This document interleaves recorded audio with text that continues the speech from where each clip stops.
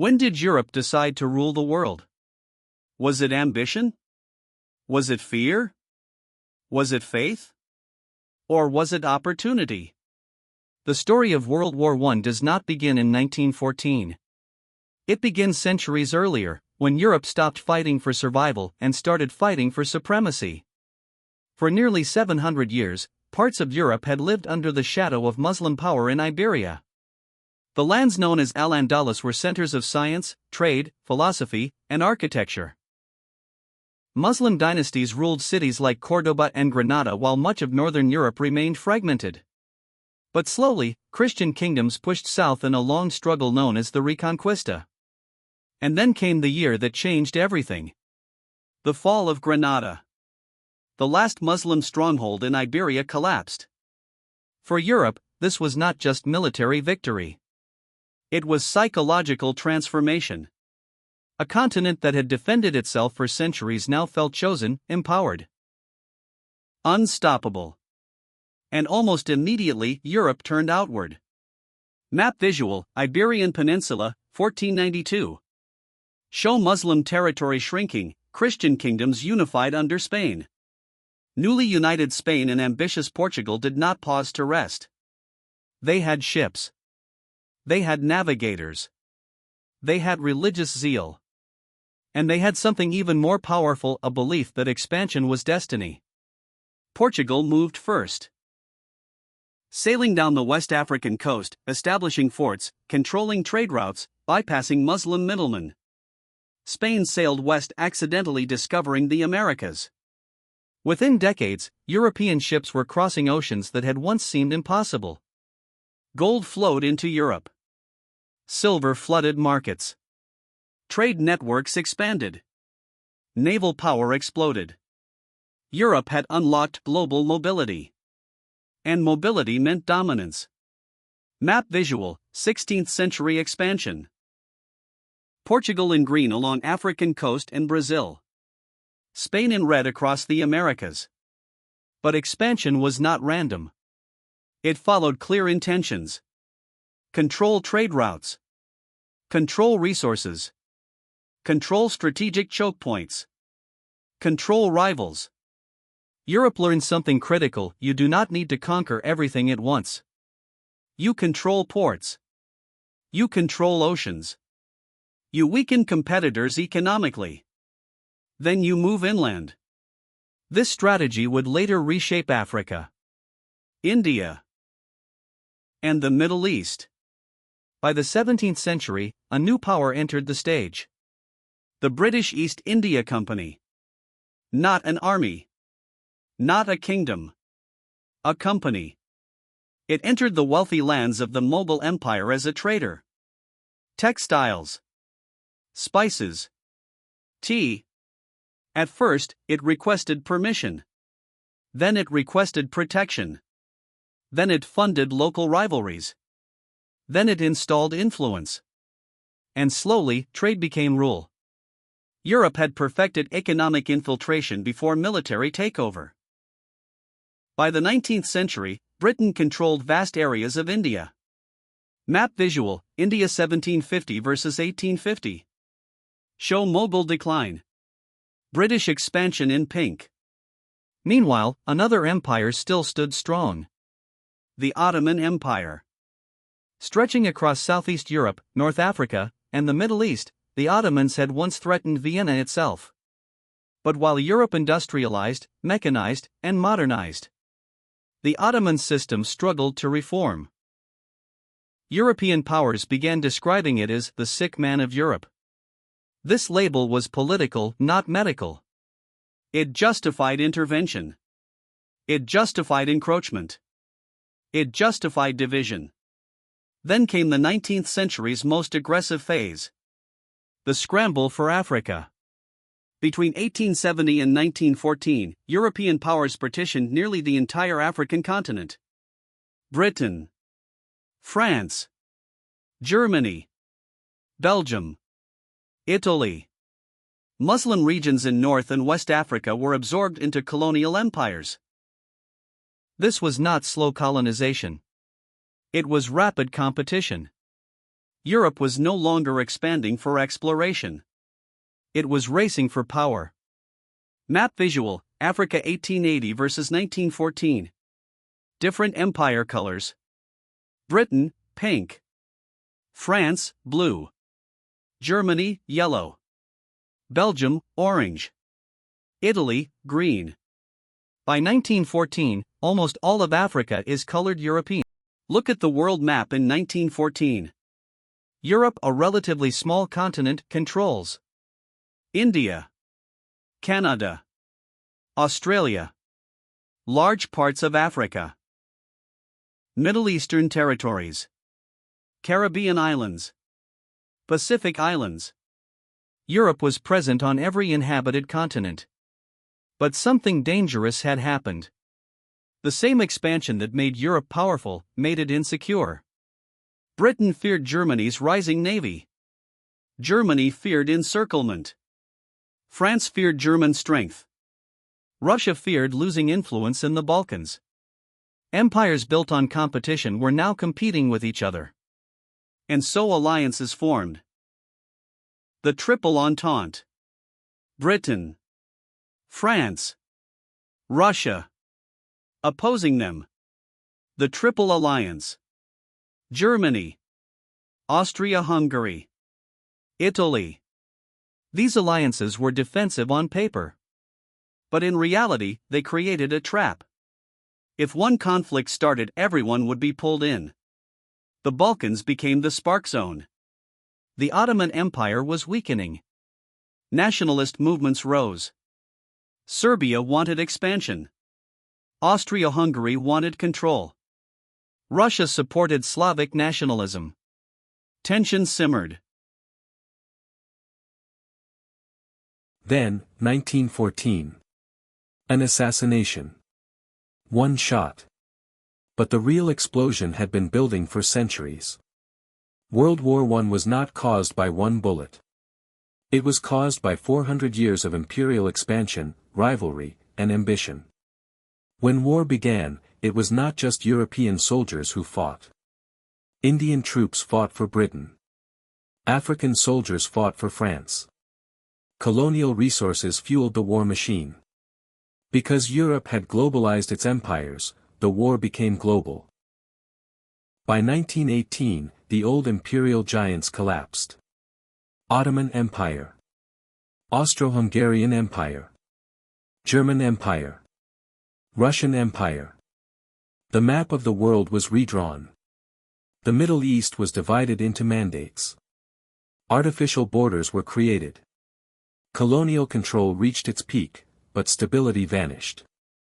Europe had conquered the world. But in doing so, it destabilized it. And that is the great irony. From 1492 to 1914, Europe rose with intention. Control trade. Control seas. Control territory. Outmaneuver rivals. They achieved their targets rapidly through naval innovation, industrial power, economic infiltration, strategic alliances, divide and rule politics. But the same system that built global empires created global war. World War I was not the beginning of chaos. It was the explosion of centuries of expansion. Rivalry, alliances, and the road to explosion. Europe stood at the height of its power. By 1900, its empires stretched across continents. Its industries powered the world. Its navies ruled the oceans. But beneath the surface of dominance, lay fear. Because when every empire is expanding, eventually they collide. So small. So crowded. So heavily armed. The balance of power was fragile. Zoom into Europe, and balance requires trust. Europe had none. The German challenge. In 1871, something changed forever. The unification of Germany under Prussian leadership created the powerful German Empire. Germany industrialized rapidly. Steel production surged. Railways expanded. Factories multiplied. Military efficiency became legendary. By 1900, Germany was challenging Britain economically. But Germany wanted more. It wanted colonies. It wanted prestige. It wanted a navy. And that frightened Britain. The naval arms race. Britain had ruled the seas for centuries. Its navy protected trade routes from India to Africa. But Germany began building battleships. Dreadnought-class warships. Massive. Modern. Powerful. Britain responded. Ship for ship. Gun for gun. Steel for steel. This naval arms race was not defensive. It was psychological warfare. Each side believed. If we fall behind, we fall. Map visual, North Sea. Highlight Britain and Germany naval bases. Alliance systems, a continent divided. To protect themselves, European powers formed alliances. First came the Triple Alliance. Germany. Austria-Hungary. Italy. Then came the response, the Triple Entente. Britain. France. Russia. These were not simple friendships. They were military guarantees. If one member went to war, the others would join. This created a dangerous chain reaction system. It meant a small regional conflict could become continental. And eventually, global. France's fear and revenge. France had lost territory to Germany in 1871. Alsace-Lorraine. The humiliation burned for decades. France modernized its army. Strengthened its fortifications. Built alliances with Russia and Britain. France waited. Germany prepared. Both expected war. Russia's ambition in the Balkans. Russia saw itself as protector of Slavic peoples. The Balkans, once under the Ottoman Empire, were now unstable. Serbia wanted expansion. Austria-Hungary wanted control. Russia supported Serbia. Germany supported Austria-Hungary. The Ottoman Empire was weakening. Nationalism spread like wildfire. The Balkans became known as the powder keg of Europe. Map visual, Balkans 1900 to 1914. Highlights Serbia, Austria-Hungary, Ottoman territories shrinking. Imperial insecurity. Here is the deeper truth. Europe's global empire building created massive wealth, but also massive tension. Every colony was strategic. Every sea route was vital. Every rival was a threat. Britain feared Germany disrupting its empire. Germany feared encirclement by Britain and France. Russia feared losing influence. Austria feared collapse. France feared humiliation again. This was not just about territory. It was about survival of empires. Military planning, the war before the war. Long before 1914, war plans already existed. Germany developed the Schlieffen Plan. A rapid attack on France through Belgium, then shift forces to fight Russia. Speed was essential. Germany believed a two-front war was unavoidable. France prepared Plan 17. Russia mobilized millions of troops. Railway timetables were synchronized for rapid deployment. Europe was not drifting toward war. It was preparing for it. The Spark, 1914. June 28, 1914. Sarajevo. An assassination. Archduke Franz Ferdinand of Austria-Hungary was killed. Austria blamed Serbia. Germany backed Austria. Russia backed Serbia.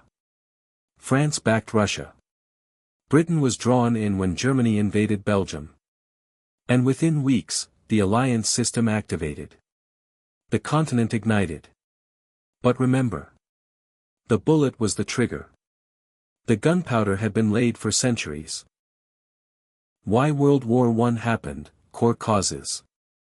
Let's break it clearly for your audience. Imperial expansion created rivalry. Industrialization intensified military power. Alliance systems locked countries into obligations. Nationalism destabilized empires. Ottoman decline created Balkan instability. Naval arms race increased fear. Military plans made mobilization irreversible. It was not one cause. It was a system failure of empires. Globalization of the war. Because Europe had built global empires, war spread worldwide. Indian soldiers fought in Europe. African troops fought in European trenches. Middle Eastern fronts opened against the Ottomans. The war reached Africa, the Middle East, the Pacific. World War I became global because Europe had already globalized power. The collapse. By 1918, exhaustion consumed Europe. Four major empires collapsed. Ottoman Empire, Austro-Hungarian Empire, Russian Empire, German Empire. Millions dead. Economies shattered. Borders redrawn. But here is the irony. Even after the war, European colonial presence reached its territorial peak. Map visual, World 1919. Show British and French mandates in former Ottoman lands. The Middle East divided into mandates. Africa still under colonial rule. South Asia still under British control. Europe had nearly destroyed itself. Yet it still controlled much of the world. The big historical pattern. From 1492 to 1914. Expansion, competition, militarization, alliance, lock-in, explosion. World War I was not sudden. It was the inevitable collision of rising empires. The aftermath, a world remade. The guns fell silent in November 1918. But the silence did not bring peace. It brought exhaustion. Europe had fought for 4 years with industrial intensity the world had never seen before. Empires that once ruled continents were now broken. But what replaced them? And did Europe truly lose power? Or did it transform it? The collapse of the old order. 4 empires disappeared from the map. The German Empire collapsed into revolution. The Austro-Hungarian Empire fragmented into smaller nation-states. The Russian Empire fell to Bolshevik revolution. And the centuries-old Ottoman Empire was dismantled. This was not simply military defeat. It was the destruction of imperial systems that had shaped Europe and the Muslim world for centuries. Map visual, Europe 1914 versus 1919. Old empires fade. New states appear, Poland, Czechoslovakia, Yugoslavia. The Ottoman lands, redrawn by Europe. The Ottoman Empire's Arab provinces did not gain full independence. Instead, they were divided under European mandates. Britain took control of Iraq and Palestine. France took Syria and Lebanon. Artificial borders were drawn, often without regard to ethnic or tribal realities. These lines would shape Middle Eastern politics for generations. Europe claimed it was preparing these lands for independence. In reality, it extended influence under a new name. Colonialism did not end in 1918. It evolved. Map visual, Middle East mandate system. British territories in red. French territories in blue. Africa, still under control. Despite the devastation in Europe, African colonies remained under European rule. In fact, Germany's African colonies were redistributed to Britain and France. By 1919, European control over Africa was nearly complete. This was the height of European territorial dominance. But cracks had begun to form. African soldiers who fought in Europe returned home with new awareness. Ideas of nationalism began spreading. The empire system was strong, but no longer unquestioned. The subcontinent, a rising political awakening. India remained under British control. But World War I changed everything. Over 1 million Indian soldiers had fought for Britain. Many expected reforms in return. Instead, repression continued. Political movements strengthened. The empire still stood, but resistance had grown. Europe's dominance was no longer absolute. Europe's economic weakness. Here lies the turning point. Militarily, Europe survived. Economically, it was shattered. Industries destroyed. Debts enormous. Millions of workers dead. And one country emerged financially stronger than ever. The United States. Europe had borrowed heavily from America during the war. Now, economic power was shifting westward. For the first time in centuries, Europe was no longer the undisputed financial center of the world. The League of Nations, an attempt at stability. After the war, leaders met to prevent another catastrophe. The League of Nations was created. It promised collective security. Peace through cooperation. But it lacked enforcement power. And many nations felt the peace treaties were unfair. Germany was punished severely. Its economy destabilized. Resentment grew. The seeds of another conflict were planted. The unfinished business. World War I ended fighting. It did not resolve rivalry. Nationalism intensified. Colonial subjects demanded rights. Borders were unstable. Economic systems were fragile. Europe remained powerful globally, but internally weakened. And within 20 years, the world would explode again. The global picture after 1919. Pause. Look at the world map again. British Empire, spanning continents. French Empire, vast territories in Africa and Asia. European mandates in the Middle East. Even after destroying themselves, European powers still held enormous global presence. But something fundamental had changed. Confidence was replaced with caution. Expansion was replaced with defense. And the illusion of invincibility was shattered. The big historical arc. Let's step back to where we began. The fall of Granada. Europe turned outward. Over 4 centuries, it built global empires through naval innovation, trade control, economic infiltration, military technology, strategic alliances.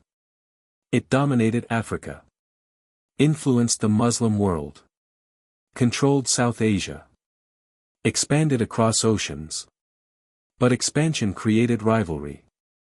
Rivalry created militarization. Militarization created alliances. Alliances created inevitability. And in 1914, the system collapsed into war. World War I was not a sudden accident. It was the explosion of centuries of imperial ambition. Final reflection, from expansion to explosion. The rise of European global power reshaped the planet. It connected continents. It transformed trade. It redrew cultures. It spread ideas, technology, and conflict. But power without balance creates instability. The very networks that made Europe dominant made its war global. And when Europe fought itself, the entire world was pulled in. The age of empires did not end in 1918. But it was wounded. And the world would never look the same again. World War I did not begin with a gunshot in Sarajevo. It began the day Europe decided the world was within its reach. And when that ambition collided with itself, the result was the first truly global war.